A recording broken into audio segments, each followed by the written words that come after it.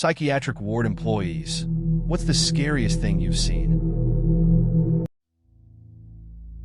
My clients have dementia, and there's one in particular who gives me chills. By day, she's the sweetest old lady you could meet, but at night, she turns into something else entirely. You see, she sleep talks, but it's nothing like the usual mumblings. Her eyes are wide open, and sometimes she sits upright, lost in a world I can't see. It becomes impossible to tell when she shifts from dreaming to waking. Then, she turns to me, an unsettling glint in her gaze, whispering about a little girl who just visited her, someone she was speaking to. She says there are others too, a little boy who's already passed on, and she wonders what we should do with his body. Then there's a little girl who sleeps beside her, a man who seems to command her every move, and her deceased husband who is always searching for her. One night, I overheard her speaking loudly, her voice echoing in the dark. I stepped closer to listen, but just as I reached the open doorway, she suddenly hushed me with a soft, chilling plea. "Shh, they're all sleeping. Better not talk about it now." In an instant, she fell silent, lying still as if she had never spoken at all. That sounds pretty unsettling. Dealing with clients who have dementia can be challenging, especially when they experience things like that. It's tough trying to figure out if they're awake or asleep, and the things she talks about could be really haunting. It must be hard to stay calm when she brings up those experiences. Just seems like you have to be prepared for anything with her. I was volunteering at a hospital, just going from room to room. I remember getting really good at Scrabble. I could wipe the floor with anyone. One rainy day, a patient from the mental health ward slipped out unnoticed. Nurses and volunteers scattered to search the parking lot and the surrounding area. I stumbled upon her in a small piece of green space by a pond, just staring blankly, murmuring to herself, completely drenched. As I slowly approached this elderly woman, I couldn't shake the feeling that something was off. She suddenly grabbed my wrist with a grip, so tight it felt like a vice. Her eyes were distant, but she kept speaking to me, calling me Brad. It was bizarre since I'm just a 5 feet 6 inches Indian kid, and Brad is clearly not my name. Yet, she held on to me, pouring out words that felt like secrets shared only between the two of us. It took 2 nurses to pry her hands away from me. I never saw her again, but that moment stayed with me, an encounter that left me unsettled, reminding me that sometimes the lines between reality and something darker blur in the most unexpected ways. That sounds like a wild experience. It's strange how people can get attached like that, especially in intense moments. Dealing with someone who thinks you're someone else must have been unsettling, especially for a young volunteer. It's good you helped her, though. That's part of the job, I guess. Probably a memory that sticks with you for a while. I just have to share this eerie experience from work. I'm a counselor at a facility where we help people going through mental health crises. Not too long ago, we had a client who was deep in the throes of schizophrenic psychosis. She believed that demons were trailing her everywhere, whispering dark things into her ears. It was chilling to witness her having these conversations, often fixated on a horrific theme, being drenched in blood. What made it even weirder was how she refused to sleep in her bed. Instead, she'd lay down on the floor, starfished and face down. Every time I checked on her at night, there was a discomforting feeling that washed over me. Seeing her sprawled out like that, motionless and pressed against the cold floor, it sent shivers down my spine. I'll never forget that scene. That sounds pretty intense. Working with clients in crisis can be really challenging. It must be hard to see someone go through such vivid hallucinations. The image of her sleeping face down like that is unsettling. It's tough to know how to help when things get that extreme. I guess you just have to stay focused and do your best to support them. Overall, it's a demanding job for sure. There was this 16-year-old kid from a deeply religious family in the UK. He ended up in the psych ward after being bounced around from one doctor to another. He believed he was hearing the voices of both God and Satan. The devil whispered dark temptations, urging him to masturbate, while God warned him that giving in would lead to punishment for him and his family. I mean, he was just a teenage boy, and eventually he surrendered to those urges. But what he described was haunting.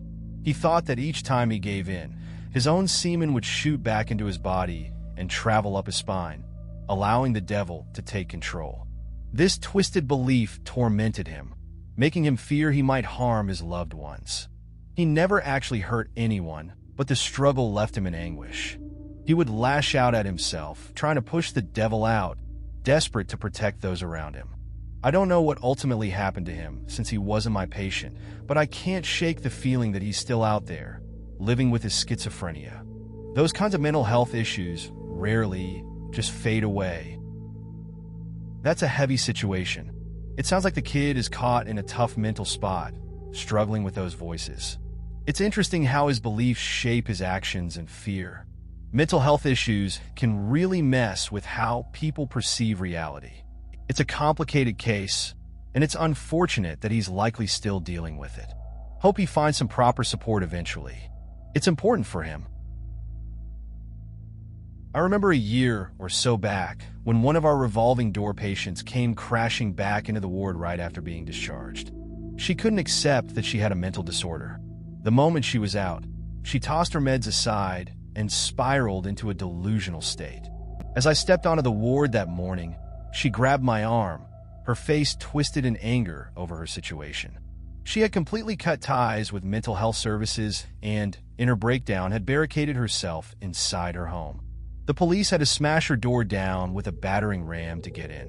What caught me off guard, though, was how lucid she suddenly seemed as she demanded an official complaint.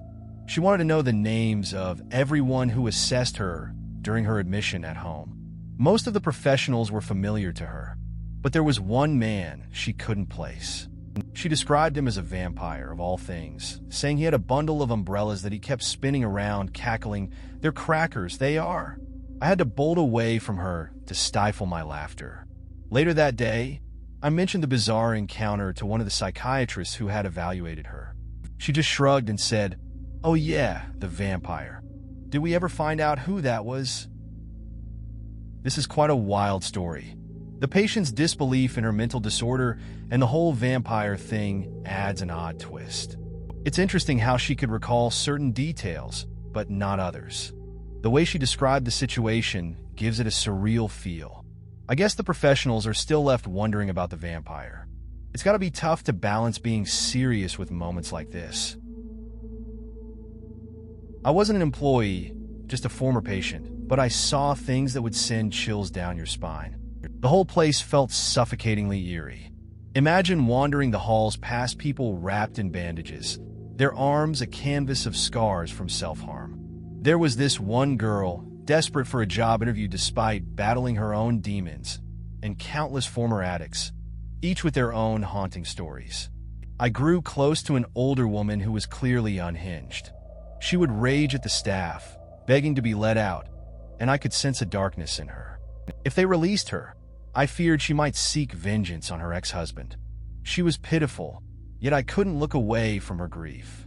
On my second night, she appeared at my door, tears streaming down her face, crying out for freedom that would never come. We shared a brief, forbidden hug, and the fury of a staff member echoed in the hall, criticizing us for our moment of comfort. She unleashed her rage, declaring I was the only person who understood her pain. It was overwhelming, especially since I was battling my own issues. I think I laughed that night. The absurdity of it all felt surreal. But now, thinking back, it sends a shiver down my spine. I miss that woman, but I lost her number. I can't help but wonder how she is, trapped in her own darkness, while I drift in my memories. That sounds really tough. Being in a place like that can mess with your head. It's rough to see people struggling and feeling trapped. The connection you had with that woman is something else, though. Hugging and getting in trouble shows how intense the emotions were. It's weird how you can find humor in dark situations, but looking back, it can feel unsettling. It's unfortunate you lost touch with her. I work in the ER, and every day is a battle against the chaos of acute psychotic episodes. You get used to it, but there's one case that still haunts me. A man was rescued from a burning, abandoned building. He wasn't injured, Yet he acted so strangely that the paramedics brought him in. He was homeless, completely lost, no ID, no name, and there were no drugs in his system. But when I looked into his eyes, it was like he was in a different world, seeing something I couldn't grasp. I tried to get his name, but he kept insisting he was a pilot for the Air Force, claiming he flew experimental planes because he could withstand the G-force, something about his blood being naturally thin. The blood tests confirmed his levels were higher than normal, but not enough for medication. He was telling the truth about that. While I was relaying his strange tales to a coworker, a resident overheard us. He'd been in the Air Force too, and the look on his face, I've never seen anyone go so pale. The moment I mentioned the name of a place the man had spoken about, the doctor froze. He told me that this city, this base, had no roads in or out, a place known only to a select few for its top-secret testing. He warned me not to discuss it, a chill running down my spine. The more I think about it, the more I start to believe this guy was onto something. It felt like the government had used him, then wiped his memory, tossing him aside. He can't remember who he was or what he did, making it impossible to find him again. I'm no conspiracy theorist. People in psychiatric care often mistrust technology and government, but this man, it felt all too real. That's an intense situation. It's pretty eerie how someone's reality can be so distorted. The connection between the patient and the resident adds another layer. The vibe around that secret base feels heavy, especially with the implications of government involvement. It's interesting how mental health intersects with these larger narratives. Makes you wonder how many stories like this go untold. Definitely leaves you thinking about the hidden truths behind people's experiences. It was around 2:30 a.m. during my overnight shift at a nursing home in the Alzheimer's ward. I was making my rounds, just peeking into rooms to ensure the patients were where they should be. As I entered one room, I noticed an 83-year-old woman sitting upright in her bed, staring blankly at the wall. I approached her slowly, trying to keep calm, and asked if she'd like to lay back down. She turned her head gradually, her eyes locking onto mine, and whispered, "They're coming for you, dear." Then, without warning, she burst into hysterical laughter. This wild, insane cackling that sent chills down my spine. I nearly lost it right there. After what felt like an eternity, she settled down, and I managed to help her lie back down. Just as she was drifting off to sleep, she looked at me once more and said, "I'm going to miss you when they take you." Then, as if nothing had happened, she closed her eyes and fell asleep. I spent the rest of the night in a state of terror, wondering just who or what was coming for me. That's a pretty unsettling encounter. Working night shifts in places like that can lead to some strange moments. The mix of humor and creepiness from the woman makes it even weirder. It must have been tough to shake off that vibe afterward. I can see how that would stick with you for a while. Nights can be long and eerie, especially when you're alone with your thoughts. My dad is an artist, and he once led a series of art workshops in psychiatric hospitals for therapy. One day, he found himself in a quaint little psych hospital on the coast of Wales. While he was there, one of the patients, with a childlike glee, kept insisting they saw an angel soar past their window. The staff, chuckling softly, humored the patient, brushing it off as a whimsical tale. But then something tragic happened. When someone stepped outside, they found a body sprawled out below the upper floor window. This person had somehow escaped and jumped. The hospital wasn't high security, but it was a shocking event, something that had never happened before. And as the unfortunate soul fell past that window, the patient watched, still believing they had seen an angel. My dad was left deeply unsettled. That's a heavy story. It kind of highlights the fine line between perception and reality. The patient saw something hopeful, while the truth was much darker. It's interesting how art and therapy can be intertwined with such raw human experiences. But that incident must have really hit home for your dad. Not something you expect to encounter in an art workshop, for sure. My mother was a nurse specializing in geriatrics, and she spent years working in hospice care. Over time, she shared haunting stories about her patients, each one revealing a chilling pattern. Right before they passed, Many of them would slip into conversations with someone invisible, someone long gone. When my mother asked who they were speaking to, they'd often name a deceased relative. And it always got eerier from there. They'd say their loved one was asking if they were ready to leave. One of the most unsettling phrases she reported was, "Yeah, he said she'll take me tomorrow at 3 o'clock. Strangely enough, those patients would breathe their last at the very moment they mentioned. It shook my mother to her core, turning her into a deeply religious person. As for me, I'm agnostic, but I can't shake the feeling that something more is lurking just beyond our understanding. It's interesting how these experiences can shape beliefs. People often have their own interpretations of death and what comes after.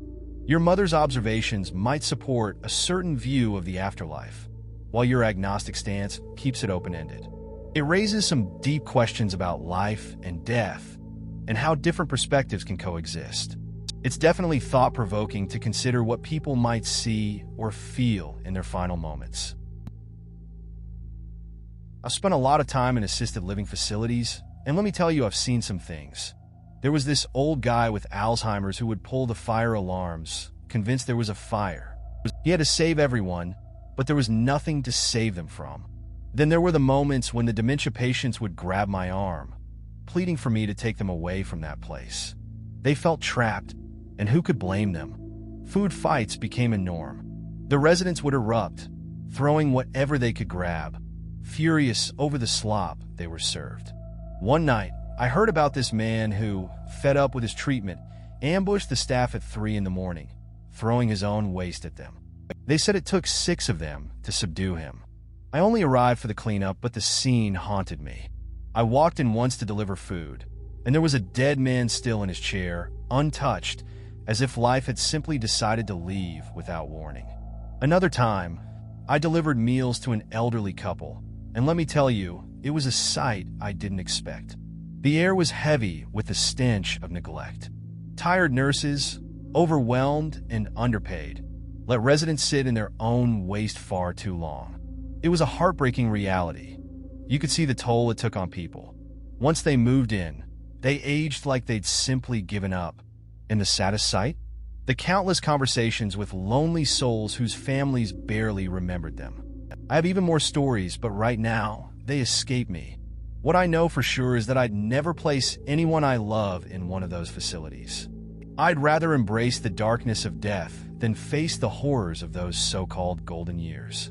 They were anything but golden.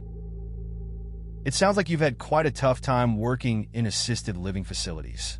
Those stories show a lot about the challenges residents face and how it impacts their mental well-being.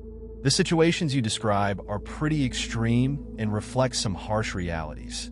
It's understandable why you feel strongly about not wanting to put loved ones in such places. Aging really can be rough for many people, sometimes more than we realize.